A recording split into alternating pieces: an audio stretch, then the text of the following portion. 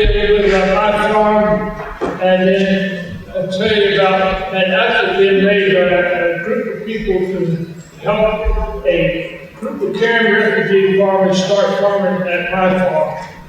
And supposedly one of the lead farmer from the caring refugee group was going to join them this morning, but unfortunately I had council yesterday, so I have Kay Coleman join me.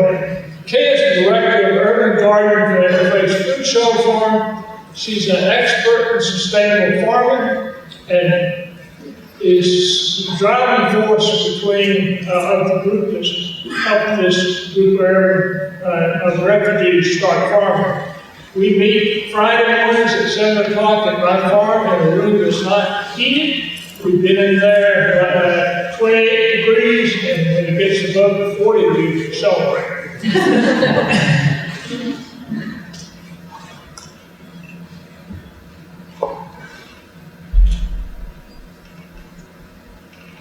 Okay, let's start at my farm. Thomas Price was my great-great-great-grandfather. He came to Wake County out of Johnson County in the late 1700s and started farming. When he died in 1830, he had a large estate that was divided among his 4 children. Effectively, Price, who was my great-great-grandmother, inherited the plantation home, which was called Oaky Grove, and was built in 1818, and 455 acres of land. That has trickled down through multiple generations, and now my wife and I own 118 acres in the plantation home. You can see on the map up here, the property is located in eastern Wake County, the Shopwell community at the crossroads of Major Slade and Turnpike Road, which is just off of Smithville Road, about 6 miles south of Knightdale. The property on the right here, this is north of Turnpike Road, is primarily a timber farm that I manage, and that not really a farm. Now there are 2 upfields, this field and this field, that are rented to Richard Todd, who grows a rotational sort in tobacco. And then there's this field here, which is a 3-acre, about 3-acre field that had not been farmed at all for 5 years before we started with the cairns, and this is where the plantation home is located. Now, I retired in 2008. I'm not a farmer. I was a veterinarian. I owned factory at NC State. But I've grown up on this farm with my family and become a very important place to me, and I did not want to see it become a housing project. I have a wife who's on the farm and 2 daughters who are not in the farming, and we've had a family discussion about what we should do with the farm after I'm gone. And they agreed that they did not want to sell the farm at this time, and they wanted to keep it. So I started then considering, what can I do to help them after I'm gone to be able to keep the farm going? I looked at agritourism, I visited farms that had agritourism, and then I made one of these farm tours that CFSA has in the spring, visited multiple farms that have different types of sustainable farming operations, and I said, that's what I think might work at my farm. If I could get somebody involved in sustainable farming there, it might be something that could grow and continue without the people that own the land having to do the actual farming. I decided I would volunteer at the Interface Food Shell Farm in Raleigh, which is, at that time, was very focused on sustainable farming and training incubator farmers. I volunteered there 1 morning a week for 6-7 years. And that's where I met Kay. I'll let Kay take over from here.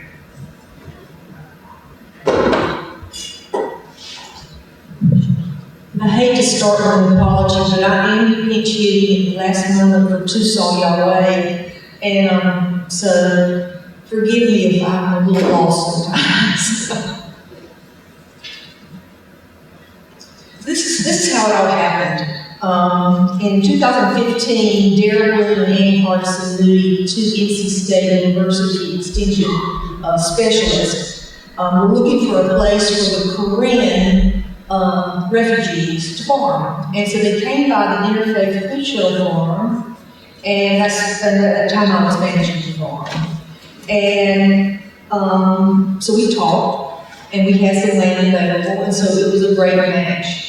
And the Korean farmers started growing food at that farm. I mean, and it was a beautiful thing, because all the refugees that came, they were farmers before they came to the United States, and they knew how to grow food. All they needed was a piece of land. Well, the food shuttle had to relocate. And so once again, the Korean farmers were looking for a place to grow their food. And this is how it happened so many times. You know, Talmage just said he was a volunteer on the farm, and I was talking to him and said, Talmage, you know, we've got to move the farm, and the Koreans are looking for a piece of land to grow some food on. And he said, I've got just a piece of land.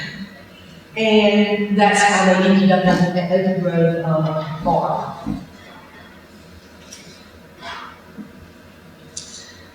Let me tell you a little bit about the Korean. The refugees growing in Oak Grove are from Burma, which is also called Myanmar.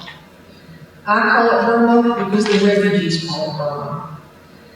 Now they are from an area in Burma, kind of like a state, and it's called Korean. It looks like the word Karen, but it's K-A-R-E-N. I'm not saying Korean like North and South Korean, which Talmage called them for 2 years the Koreans, but they're Koreans.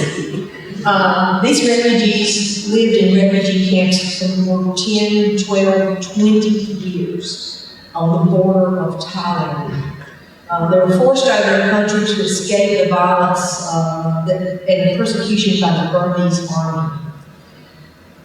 And it was terrible. They were granted permission by the United States government as to be refugees and have lived there ever since. Many of the children of the Korean have grown up in the United States. And one of the most important things happening in Oak Grove, other than being able to farm and grow food like they know, is it gives the parents in the older generation a place to teach their children the Korean culture and the Korean ways of farming. This is very important to the farmers. They want to preserve their culture for their children. And as I mentioned, all of these farmers were farmers in Burma. So one of the big things that we've had to do is teach them how to grow food in North Carolina. Because they came from a pretty tropical area.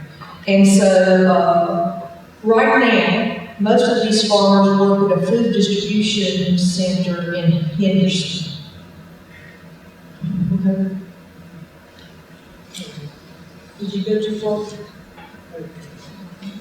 Yeah, okay. So for those of you that have farming experience, which I guess is everybody in this room, you know how hard it is to get started with a farm, especially when you're switching over from something like soybeans and tobacco to a small market farm. So we started with approximately almost 3 acres of land that Talmage pointed out. It had to be disc, it had to be cover crop, and while the cover crop was growing, we had to get the infrastructure in place. So we had to put up deer fencing, we had to put the irrigation in, and we had to collect the bamboo. Because the Korean farmers, they do all their growing, their trellising with bamboo. And they even make structures with bamboo. So the main tools that the Korean use is a big Asian hoe, you know, a hoe that's got a head about this big, and a machete to cut the bamboo. So if you're ever in the Shotwell area on Turnpike Road, you should come and take a look at the farm and the beauty of this farm with the food growing on the bamboo. So we found out as we were struggling along that there is a large Asian population in Wake County. A lot of people have, and then a lot of these Asians have moved here from Asia, the Asian area. They were born here, so they bring their eating traditions with them. So the food, the Korean grow that we have never heard of in our lives, like climbing wall and pea eggplant and all these different things, are in high demand in Asian populations. So one of our goals, other than allowing the farmer or letting the farmers grow the food themselves and for their community, which they do, we're hoping to develop that Asian market to grow these foods so that they can leave their jobs at the distribution center and come back to the farm and farm full time. I'd like to say that to grow Asian vegetables is a little bit different than a lot of the traditional American crops, in that many of the vegetables are tropical vegetables and temperature sensitive. So we had to have some key ingredients to help us out in this project move ahead. And we've been fairly successful in the first year. We got a grant from NC State that has allowed us to start building the greenhouse and have all the parts present, just got to get assembled. And we recently got a grant from Ag Ventures, which is going to allow us to put up a high tunnel. Now, the high tunnel is important because that allows either to extend the growing season of some of these tropical plants or to actually grow these plants year-round. So this is going to be a very important part of helping the farm move along. Now, I'm going to let Kate talk about what this farm means to the Karen, but to me, I see this as the potential of helping my farm stay a farm, a sustainable farm that can be in my family, but at the same time help a group of people that have suffered tremendously in their lives become more comfortable in this country, but at the same time to maintain some of that cultural certificate.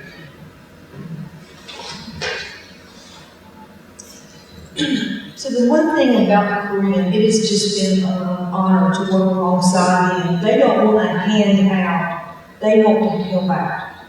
And so the one way that they could help is we were trying to get grants and things like this to put up a high tunnel, put up a greenhouse. They said, oh, we'll have a community meal and to raise money for the farm. And so they've done that. They've done that once at the Interfaith Food Show farm and once here, and now they're ready to go as soon as it warms up to have another one. And they prepare this food that I know nothing about in wonderful ways, and we invited the community. We had over 100 people come to this meal. And it's such a beautiful thing to have Americans and the Korean families having a meal together. Sometimes they can't talk to each other, but they still have their families running around, and it is a wonderful thing. Let's see. So, this is a picture of the Korean youth. These are the people that the Korean most are so excited about the farm because these kids have grown up watching TV, playing video games, listening to American music. And the Korean farmers and their extended family want them to maintain their culture. And so these young people are coming out to the farm and they're getting excited about learning how their parents do food and helping out. And it's been a pleasure to be a part of that. Okay, so here's the last picture. So this is a cultural thing that the Korean do. It's a game called Talmage. Did I say that right, Nikki? Talmage. It is volleyball, except when you play it with your feet with a hard ball, and it's completely crazy. But this, they have teams, and so there are a lot of Korean families and communities in North Carolina. There's a large one in Hebron. They come and have competitions and play this game and maintain this part of their community. Since Tusal's not here, I will speak a little bit for him because in his biography, at the very end of it, he says, I want to thank my American neighbors, and the United States government for help allowing us to come to this country where we're safe, and I'm thankful every day. So, Thank you very much. We appreciate the opportunity to tell you.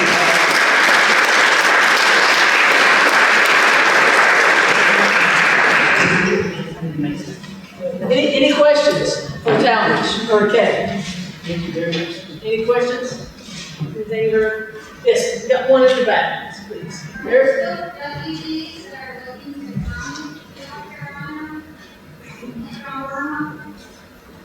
was your question, are there other refugees that are looking to come to North Carolina?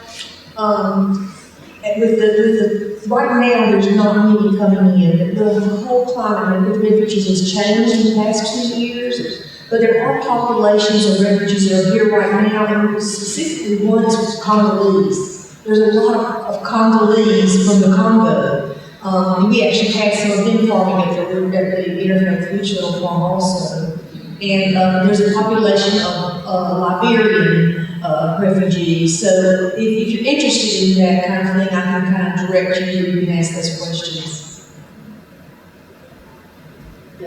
David. Without being too specific, do you have a formal lease arrangement with this enterprise, and is there any income generation back to the landowner at all? Yes, the first year we have a verbal lease.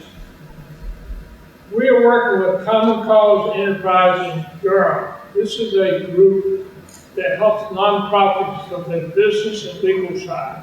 We have a draft lease that we're reviewing now, and there will be some income to me.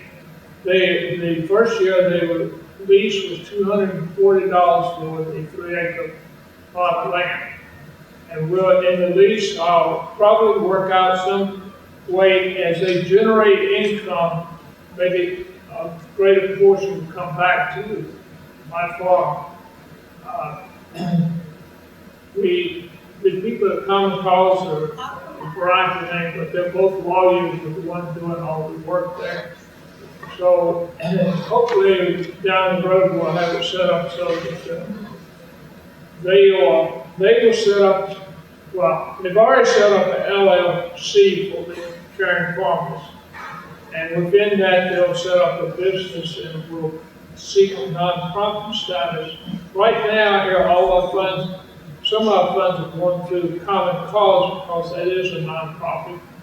And we'll continue to do so until we can get other things worked out with the LLC. And that is the goal, is to have the Korean be able to make a living and they would pay for the services. This is only our first year, so we're just beginners here. Thank you.